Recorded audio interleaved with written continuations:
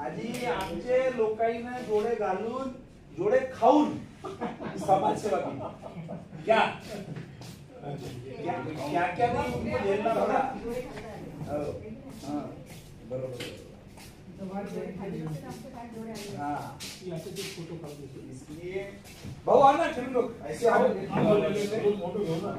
Photo ले लेते बैठते चर्चा करते। सांगाल आज निवेदन देण्यात आले, कशाबद्दल निवेदन, काय मांग आहे?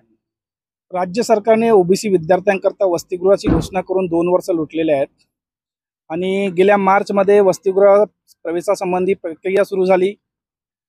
समाज कल्याण विभागामार्फत ओबीसी वसतिगृहाकरता इमारती भाड्याने घेण्यात आले, मात्र त्या वसतिगृहात फर्निचरचा अभाव आहे। इथं अद्याप कर्मचारी नियुक्त करण्यात आलेले नाही आहेत। विशेष म्हणजे राज्यात 72 वसतिगृहाची घोषणा करण्यात आलेली आहे, त्यामध्ये 36 मुलांचे आणि 36 मुलींचे। त्यापैकी फक्त 55 वसतिगृहाकरता जागा उपलब्ध झालेल्या आहेत राज्यात। त्यामध्ये गोंदिया जिल्ह्याचा समावेश आहे। गोंदिया जिल्ह्यात मुलांकरता आणि मुलींकरता इमारती मिळालेल्या आहेत। मुलांकरता कुडवा येथे जागा मिळालेली आहे, तर मुलींकरता गणेशनगर भागात एक इमारत भाड्याने मिळालेली आहे।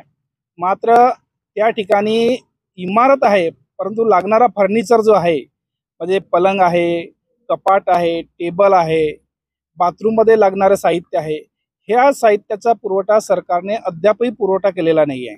त्यामुळे वसतिगृहाच्या प्रवेशासंदर्भात प्रक्रिया जरी त्यांनी पूर्ण केली असली मागच्या सत्राकरता, तरी पण विद्यार्थी त्या ठिकाणी राहू शकत नाही।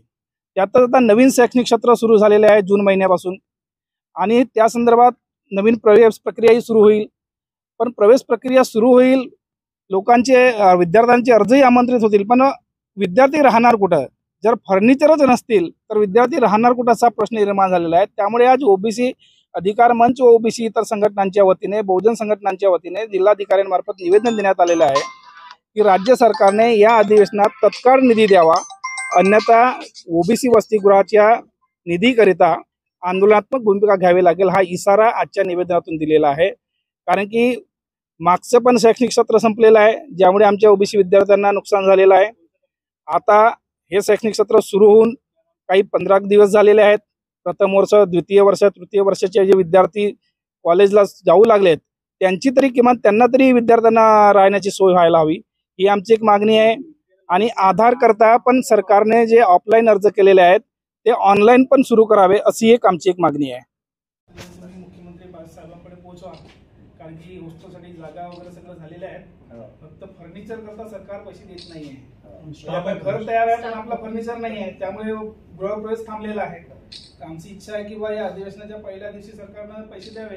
त्याकरता हा निवेदन सगळ्या ओबीसी संघटनांच्या वतीने, सगळ्या ओबीसी बहुजन संघटनांच्या वतीने आम्ही मुख्यमंत्री साहेबांना देत आहोत।